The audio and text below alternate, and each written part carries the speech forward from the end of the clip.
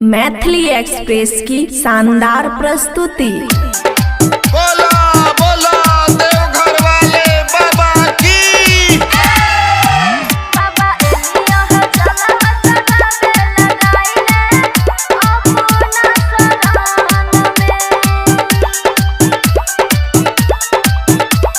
खुशी recording studio बलुआहा।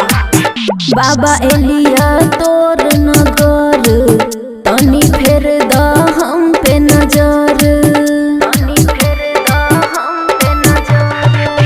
बाबा एलिया तोर नगर तनी फेर द हम पे नजर।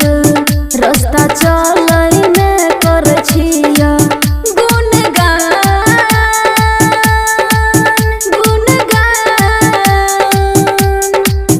बाबा एलिया जलवा चढ़ावे लगाइले अपना शरण में।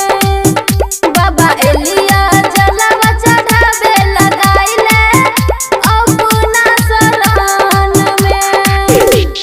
डीजे सुमित सतीश रैमा, सुमित सतीश रैमा, सुमित सतीश रैमा।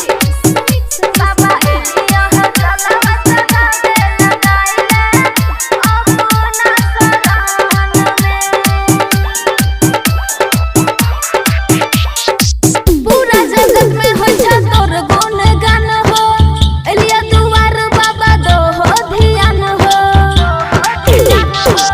पूरा जगत में होय छ तोर गुणगान हो, एलिया दुआर बाबा दो हो ध्यान हो।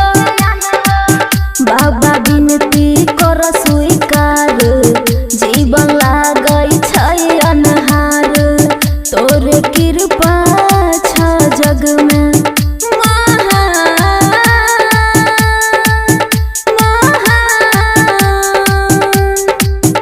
बाबा एलिया जलवा चढ़ावे लगाइले अपना शरण में।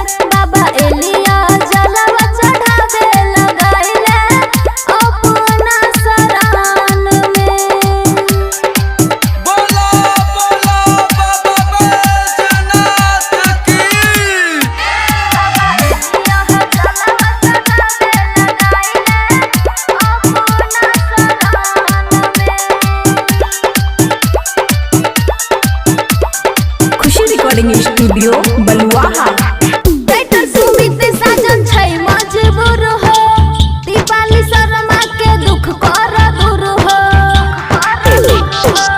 राइटर सुमित साजन छै मजबूर हो, दीपाली शर्मा के दुख कर दूर हो। बेल पत्ती धतूरा ले लिया, जलवा तोर पर चढ़लिया। बाबा कर हमरा पर कल्याण,